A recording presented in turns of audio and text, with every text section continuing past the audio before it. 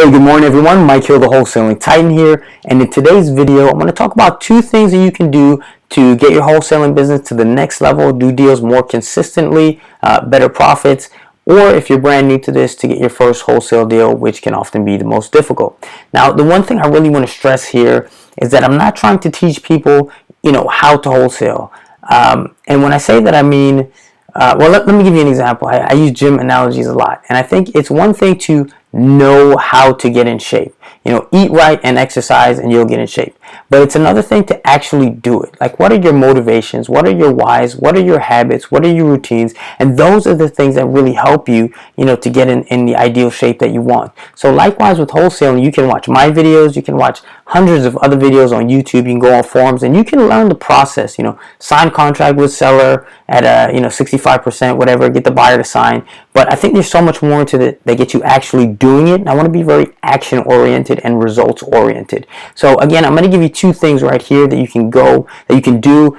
One is kind of more on the mental side, and the other is a little bit more tangible. And I'll give you an example of some of the things I did when I was coming up that I think that really made a huge difference that helped me to be successful in this business. Also worth noting, it's like 5 a.m. right now, just coming off my morning routine. I feel fantastic.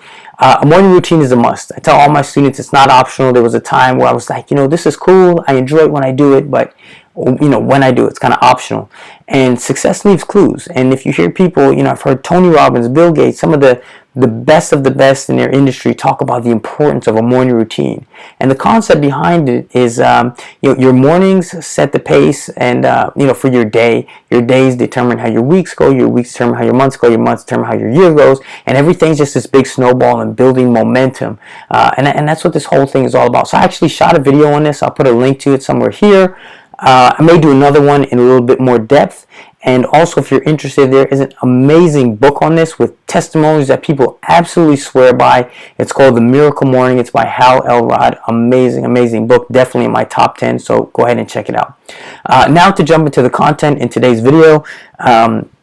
This comes from kind of a disturbing trend that I've seen lately in a lot of the Facebook messages or emails that I've been getting. And now it's becoming kind of a theme. I'm getting the same thing like 3, 4, 5 times a day. And I think this comes from a place of a lot of people know my story. Like, I came to Florida literally with nothing. Maybe like $600 or so in savings, no car, no apartment, no job, right? And I truly did my first wholesale deal with no money at all. It was a joint venture deal, and I had like not even a cent in it. And so I get these emails and messages that say, Mike, I have absolutely nothing. I don't even have a dime in the bank. I'm about to get evicted like tomorrow. And if you would just help me, if you would just coach me, like, you have the power to change my life. And while I'm very flattered by those kind of things, and I genuinely do want to help people, when I get a message like that, I know that there's really nothing I can do to help you. And kind of stick with me here. I'm not just trying to be an asshole or anything like that. But I think the point here is that you cannot put your future in the hands of someone else. You really got to take responsibility, personal responsibility for everything. So you can't say, well, if you help me, if you do this for me, then I'll make it. No, you have to be like 100% completely self-motivated and driven. And again, yeah, I came here with nothing, but I did have to take a job that I didn't like. I did have to save up money and live very frugal for quite some time in order to save up some funds to attend my first boot camp and things like that. And I had to take it on myself and not expect someone else to give it to me. I have students right now working on deals, and I'll say, hey, what did the seller say? And they say, well, I'm waiting for them to call me back. I said, when did you call them? They said, Monday. I'll say, today is Friday. Why are you waiting on someone else to determine the course of your deal? So if you call them on Monday, wait an hour, call them back. If they don't pick up, leave a voicemail. If they don't respond, send a text message. If they don't respond, send them an email. If they don't respond, hit them up on Facebook, call them. Like, yeah, you got to be a pain in the ass sometimes, but here's the thing. No one gives a shit about your pockets, about your financial well-being, about your kids going to college, about your retirement, the way you should. So you've really, really got to take personal responsibility for this. So I really can't stress that enough. And then the other point that I want to make here is that, a lot of people seek to get, they want things. And again, this is not coming from a place of judgment or, any animosity on my part. I've seen it just so many times, and I've read about these concepts for a long time, from the time I got into personal development, and it really took some time, even though I understood it on a rational level, to, I guess, really internalize this. But the real truth of the matter is, you really got to give before you can get, and I think that's just a universal truth. Like, you don't give to get, but I think it's, again, just a universal truth that when you do that, inevitably, you'll get things. And so the example I wanted to give is the very first meeting that I went to, Real Estate Investing Meeting. I found it on meetup.com. I found Lex, who would later become my mentor. And at that time, I could barely afford the like $10 or $15 door fee, like literally.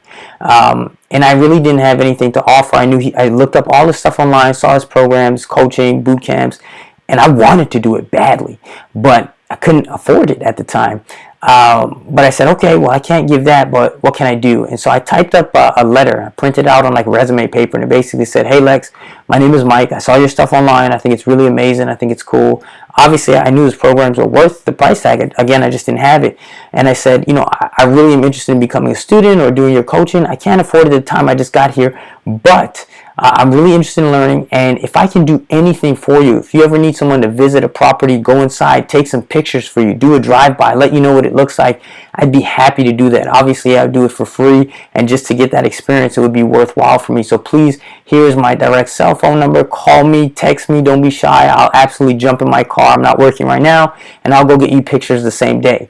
Now, Lex, he never called me on that, never asked me to do that, but I really did, from a genuine place, seek to give that value first. And yeah, I was getting something in return, that experience, or at least, that was what I was aiming for. But the point is, I was offering that first. So when you offer something, it doesn't necessarily need to be monetary.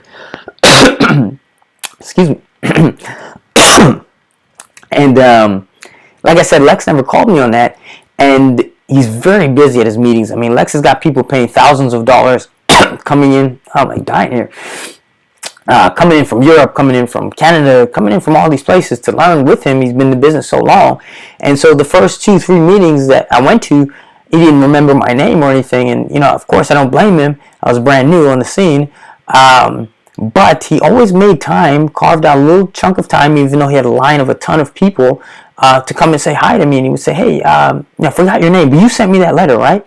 And so from there, he always remembered me. And then, as we cultivated and grew our relationship, that was just a great place to start. So I guess the takeaway here is you've really got to seek to give value first before you can expect to receive.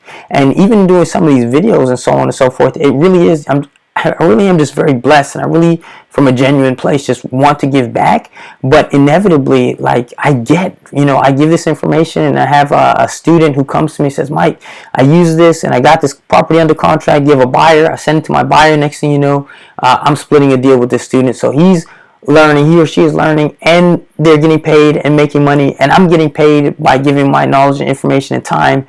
And so it just inevitably creates these win-win situations. And whereas on the other hand, if someone's just asking me, help me, coach me, mentor me, it's like, it's not even I don't want to do that, but number one, my time really is just limited. I can't help everyone that asks, and that kind of sounds harsh, but it's just the reality of the situation. And it's a lot to take your time and your energy and really invest it in an individual.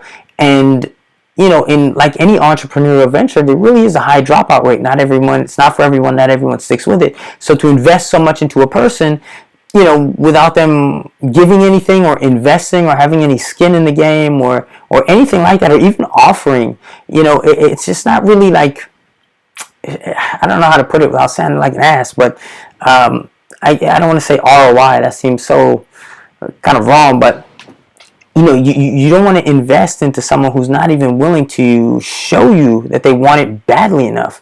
My thing is like, okay, you want this badly enough? Like, show me that you can come up with, I don't know, $100 to buy some bandit signs. And even if it's hard, even if you have to sell something, even if you have to get resourceful, even if you have to borrow, even if you have to work some overtime, like, if you can show me that you can do that and that you really want it, then okay, cool. Like, I see your motivation and you're showing that you're willing to give. That's great. But if you're just like, no, give this to me, like, mentor me, and it's like, but you're not willing to even try to do that or to better yourself in any way or show me, look, this is what I can produce, then I don't really have that much confidence in investing myself into you. So again, that was a little bit on the rant side, but I hope you really got from that, two things. One, accept the harsh reality that no one gives a shit about your, like I said, your bank account, your finances, your kids going to school, how you're eating, if you get evicted, all that stuff. I mean, sure, yeah, you have people who are concerned, but I'm just saying no one should care the way that you should care. You should not put your future in the hands of someone else, a man, woman, anything like that, even an employer, right? So, you got to take full responsibility for this stuff. And number two, just really seek to give before you try to get. And that's just a universal truth. It's not me like wanting anything from people. Try it. Let me know how it goes. Leave me some comments. Let me know what you think. Tell me the next thing you want me to shoot some video about, record for you, how I can help. And again, please subscribe to the channel so you can get all the other good stuff that I've got planned. So thanks again for watching. Until next time. Peace.